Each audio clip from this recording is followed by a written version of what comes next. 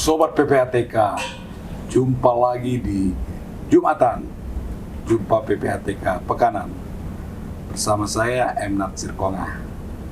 Sobat PPATK, hari ini kita diramaikan oleh isu dorman.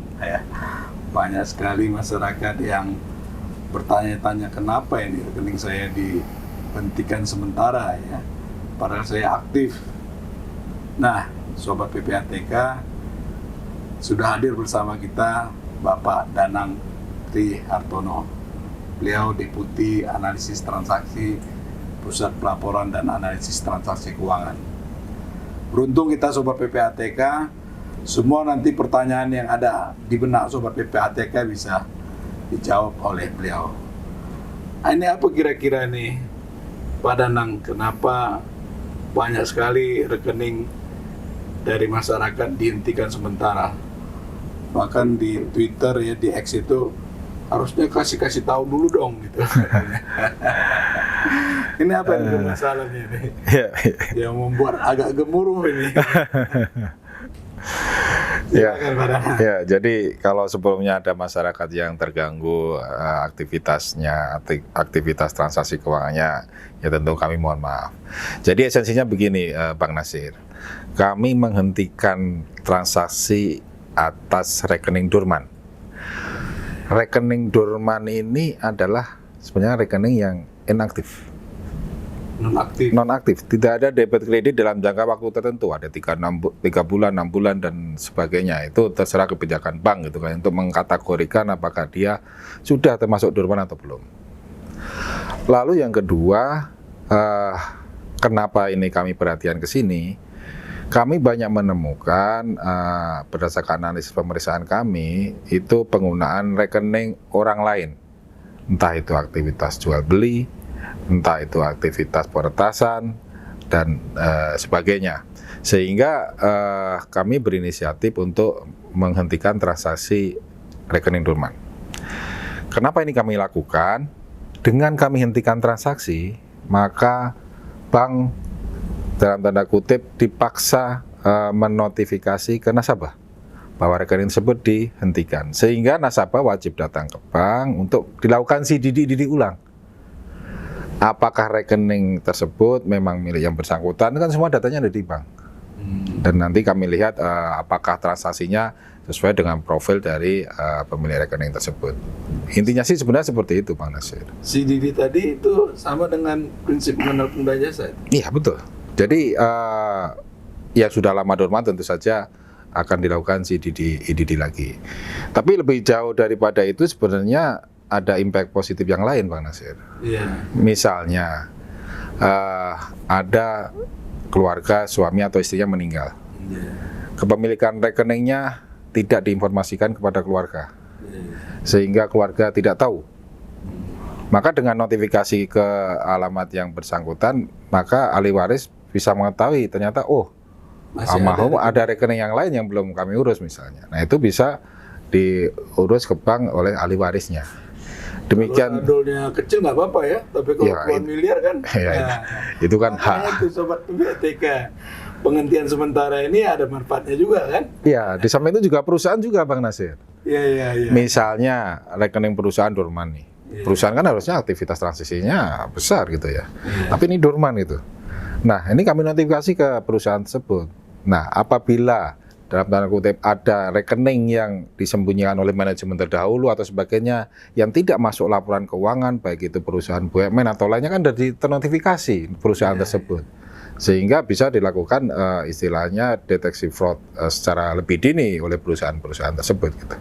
Itu sisi positifnya nih Sobat PPATK, tapi banyak juga sisi negatifnya. Contoh misalnya ya, banyak kan dari 28.000 rekening yang dihentikan sementara, atau dari 28.000 rekening tahun lalu 2024 itu kan digunakan untuk judi online. Dan banyak diantaranya yang dorman, rekening itu dorman, lalu kemudian dipakai oleh pelaku kejahatan. Kan itu berimpact negatif kan kepada pemilik rekening. Ya, jadi begini, Ada dua hal ya. Jadi dorman akibat sudah ketahuan atau sudah tidak digunakan itu jadi dorman ada. Jadi nasabah menjual rekeningnya ke pihak lain, lalu digunakan tindak pidana. Habis itu selesai di sini dia pindah ke rekening yang lain, ini jadi dorman. Padahal masih ada saldo di sini. Ini sebenarnya bukan hak nasabah juga gitu. Nah, ini dorman juga. Ada juga kami identifikasi pada kasus-kasus penipuan misalnya. Mereka sudah siapkan semua rekening, habis masuk ke sini diputar kemana, itu semuanya rekening fiktif semua. Dan itu ada yang dari dorman dan sebagainya. Sengaja didormankan itu rekening. Dari awalnya memang dorman, dia udah setting semuanya. Nah, habis itu dia mulai melakukan aksi peretasan atau aksi apa menggunakan rekening itu. Dipindah-pindahkan dengan cepat dalam waktu yang mungkin 1 jam aja sudah pindah ke aset kripto gitu kan. Jadi udah disiapkan semua leveling layer-layernya udah disiapkan semua. Nah ini kalau nggak kita antisipasi sejak awal ini kan begitu ada kejahatan lagi uangnya cepat hilang, uangnya cepat hilang karena semua udah disiapkan. Sehingga ini yang kami coba untuk identifikasi dan kacaukan gitu ya istilahnya dalam tempo supaya rencana-rencana yang sudah disusun ini jadi ya nggak berjalan gitu kan. Gitu Bang Nasir. Nah itulah Sobat PPATK ya, salah satu upaya menyembunyikan, menyamarkan uang hasil kejahatan yang definisi pencucian uang itu adalah tadi itu dengan seperti yang dilakukan ini tadi ya, menyiapkan berbagai macam rekening dan lalu kemudian nanti itu digunakan untuk layering ya, istilah dari pencucian uang. Nah kemudian dari berbagai pertanyaan yang ada di medsos itu, salah satunya kita identifikasi itu berarti kalau memang dorman itu bisa diretas, tingkat keamanannya lemah dong gitu. Itu gimana itu memang? Ya, ini banyak kemungkinan ya, keamanan rekening di sebuah penyedia jasa keuangan itu bukan tergantung banknya saja. Tapi juga tergantung dari pemilik rekening juga gitu kan ya.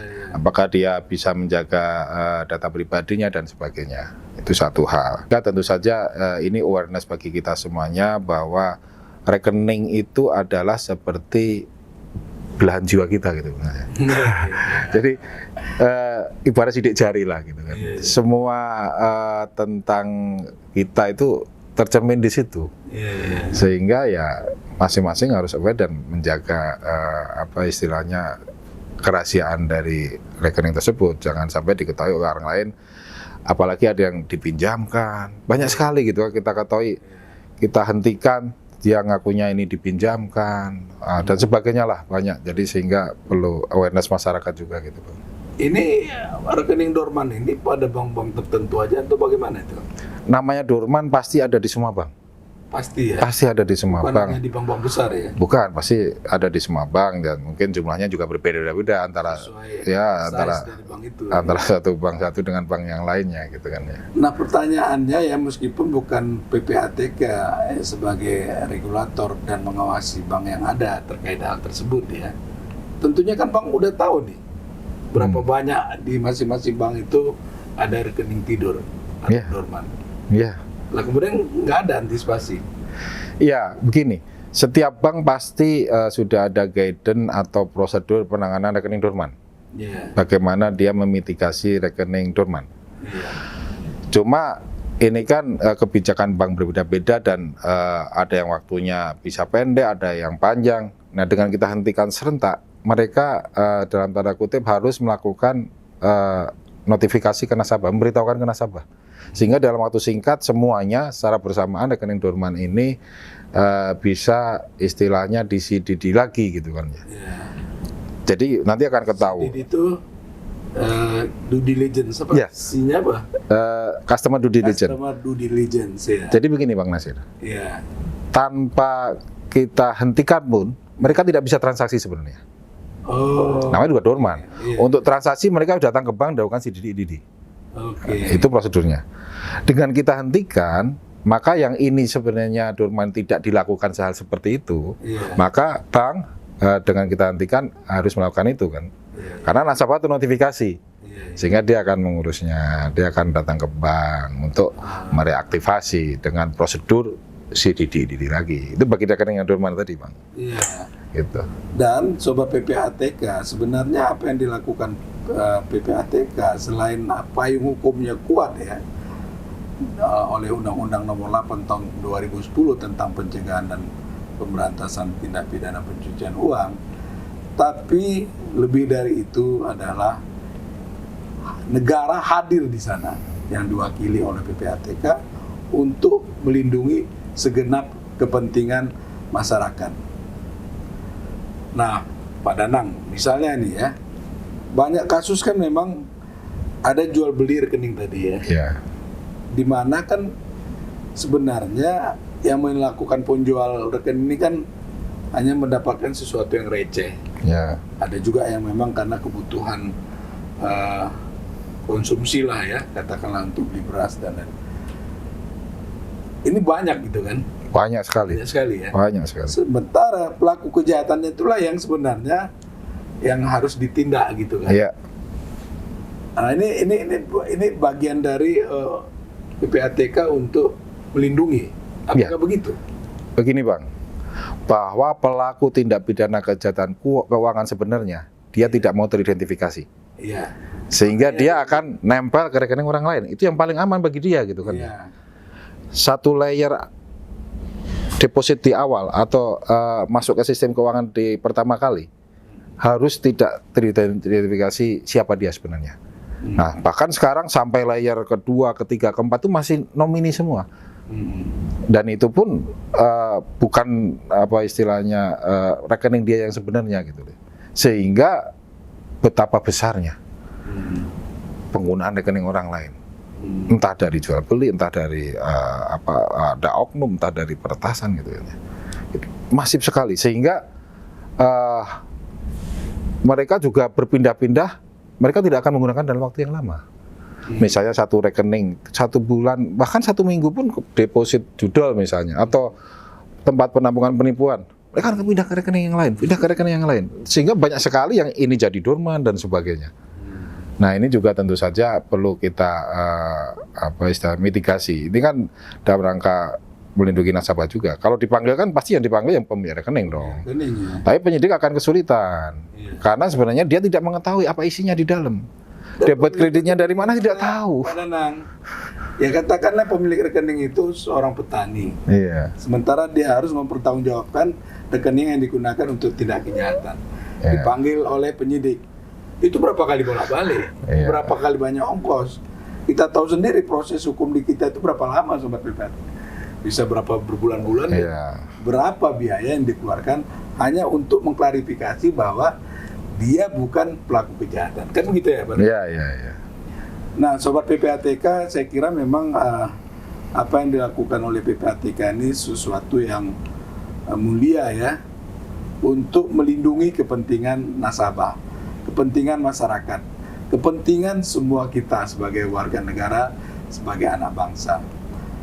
Kemudian Pak Danang, apa nih tipsnya nih buat masyarakat, buat Sobat PPATK agar terhindar rekeningnya itu tidak dipakai oleh pelaku kejahatan? Ya, tentu saja yang pertama kali adalah jangan sampai dengan penuh sadar menjual atau meminjamkan, memberikan rekening dan fasilitasnya ke orang lain. Yang kedua tentu saja harus menjaga betul data diri, data rekening di tempat yang proper, atau jangan sampai terjebak juga oleh fraudster sehingga memberikan data diri terhadap rekening dan sebagainya sehingga tidak menjadi korban dari fraudster tersebut.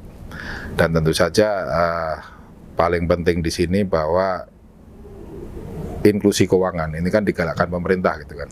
Digalakkan pemerintah tentu saja harus diimbangi dengan pengetahuan tentang keamanan transaksi, keamanan data diri, sehingga benar-benar nasabah tersebutlah yang melakukan transaksi dan bukan orang lain yang berniat menimbulkan kerugian bagi orang lain atau perekonomian negara gitu. Ini yang benar definisi dorman itu seperti apa sih Pak Danang? Katanya kan kalau dia sudah tidak aktif, mutasinya tidak ada, debit kreditnya selama 6 bulan lah katakan gitu ya. Tapi netizen banyak yang mengeluh itu, saya aktif loh, barusan saya transaksi, barusan saya simpan uang, transfer uang, kok juga dihentikan?